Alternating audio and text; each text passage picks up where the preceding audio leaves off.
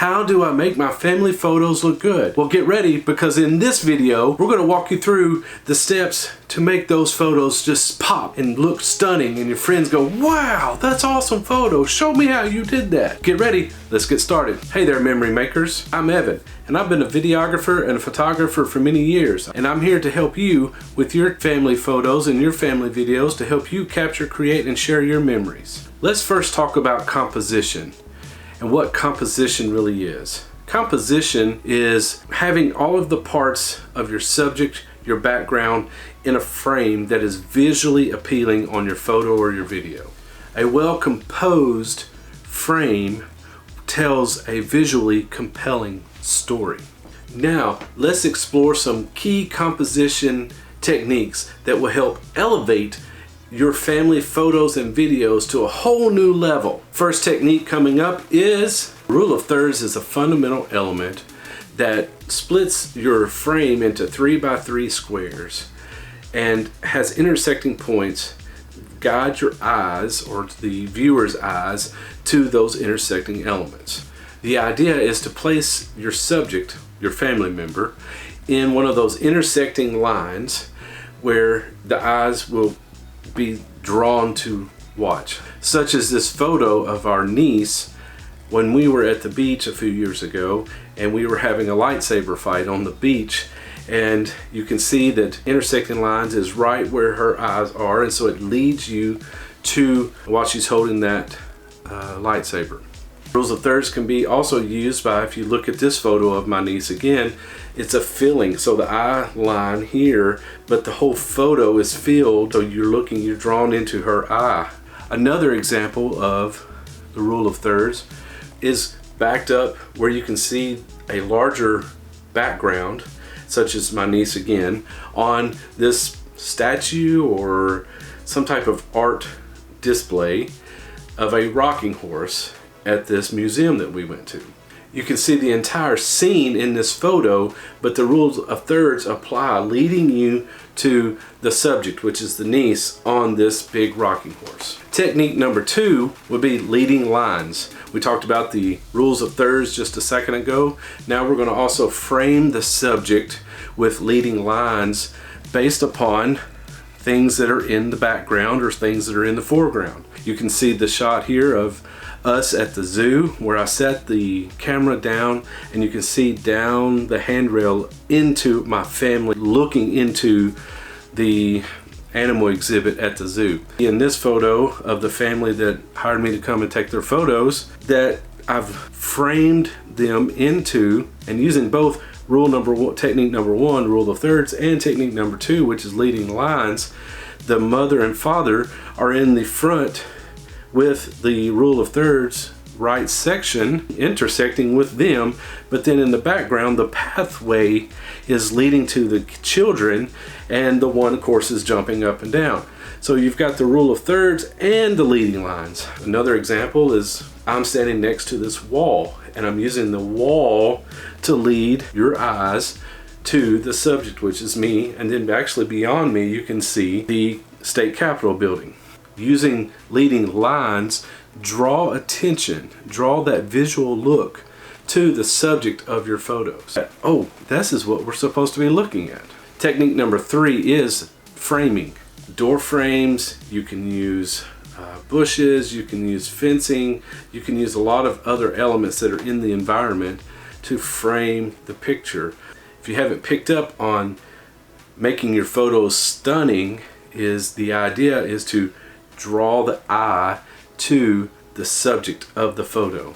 Technique number 4, which is depth. This makes your photo more engaging and dynamic. We need to use the foreground, the middle ground, and the background to create kind of like a 3-dimensional frame, 3-dimensional elements to the photo or video. Putting this 3-dimensional imagery together will make the people watching the video, make the people seeing the photo feel like they're actually part of the photo, which makes them kind of feel that emotional connection. Not every photo has to have the rule of thirds and the leading lines and the depth all in the same photo. Let's put it into practical use. How do you make your family photos and videos more fun and have that stunning wow feature for those that are watching and looking at the photos. I am a fan of sometimes posing for a photo, but I'm more of a fan of capturing candid moments. If we use the techniques that we learned in composing our photos and videos, we can apply those to capturing candid moments if we pay attention to all of those framing, the rules of thirds, and the leading lines, and how to provide depth. If we take those into consideration, capturing our candid family moments can be even more engaging and more fun to do. These are unprepared, spontaneous things that happen in our everyday family life, right? Playing in the yard, we want to take a snapshot of playing in the yard. Those are candid moments. We're not posing, we're not directing how to stand. We're not saying everybody stop and stand still and smile and say cheese. We are just capturing those moments that happen in our everyday lives that are unscripted. First tip is to have your camera ready, right? You always need to make sure that your camera is ready. You can use your cell phone to capture the moments. You can use a DSLR camera. And by the way, I'm going to have links in the description below to not just our website, but to all the equipment that's used to make this video and the equipment that I use while we're out on our family trips. First, that you have your camera ready, right? The battery's charged, right? That you got a camera card, or the card is not full and you can take a picture, right? Even if you're using your cell phone, you're not just full of pictures, Facebook or Pinterest screenshots, right? You want to make sure that you have enough storage on your device, on your camera, on your phone, that you can take the pictures. So now that we have the equipment ready, tip number 2 is to pay attention to lighting. There are 2 types of light, right? The sun provides light, and the outdoors, obviously, and then there's artificial light that happens inside. And I've got studio lights up here right now, but if you notice, one thing I don't have, and if I were to turn the camera up, you could see I do not have the big room light on right now. You can tell that I have light flooding me. Here's some kind of quick little how-to to make sure that you are taking advantage of whatever light source that you have. Let's use a photo of my wife. We were on a spring break trip out to the East Coast. The first morning we were there, we wanted to go out to the beach and capture the sun rising over the Atlantic Ocean. And the first photo is the light is so harsh you can't see her face. So I adjust my camera to the right spot, I adjust myself to the right spot. I put the light behind her as a harsh light, but I'm using her to shield, but also to provide enough light that I can take a photo of her. What if you're indoors?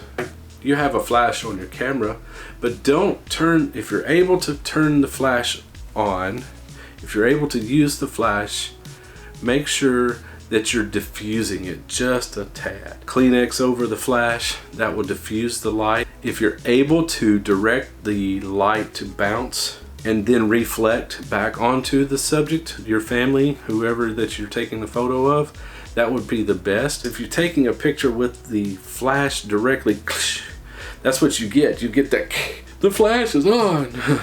Natural light is the best. Find a window that you're standing and you have the wall of light behind you and it's illuminating your family. If you have lamps, just make sure that the lamp is not providing a shadow across their face. Tip number 3 in the taking candid shots would be to get creative with the angles of the shots. If you are changing the angle in which you are photographing or videoing your family, you're going to add an interest. Options here, you can shoot from above, you can shoot from below, low down like this. You can shoot at eye level. Sometimes you might have to get down on the ground, lay down on your stomach, lay down on your side. Sometimes you may have to get up and stand up in a chair or stand up on the couch just to get a different angle. Sometimes those angles, just like I said, add variety and add perspective. The final tip in this idea of capturing candid moments would be to include the props and activities of what you're doing. Are not just saying, okay, everybody smile, but hide the board game. Use the board game to provide some depth. Props, everybody hold up your game piece. Say cheese, right? How about instead of saying everybody hold up your game piece, that you walk around and get at an angle where you can see the game piece in the photo and Make sure that you're taking advantage of the props because it makes the photo more dynamic and unique. You're at a picnic and you want to get a different perspective. Go behind the tree and let the branch kind of put into that depth. Just remember, practice makes perfect. And the more that you are out taking your camera with you, the more you're using your phone to capture those moments with video or with photo, you're going to start picking up on, that would be a really cool shot if I get behind this tree and I can capture the kids playing in the yard or in the park. If we're out walking our dogs, I can capture it from this particular angle. Be picking up on those spaces and those rule of thirds and how you want to compose the photos. Just have fun. There's no bad photos if you're taking photos. Now, yes, can be some blurry ones and there can be some out of focus ones. If you are videoing or taking photos of your family, then you are capturing memories. We want to encourage you to continue doing that. And we want you to look at this video right here. So I'll see you over there.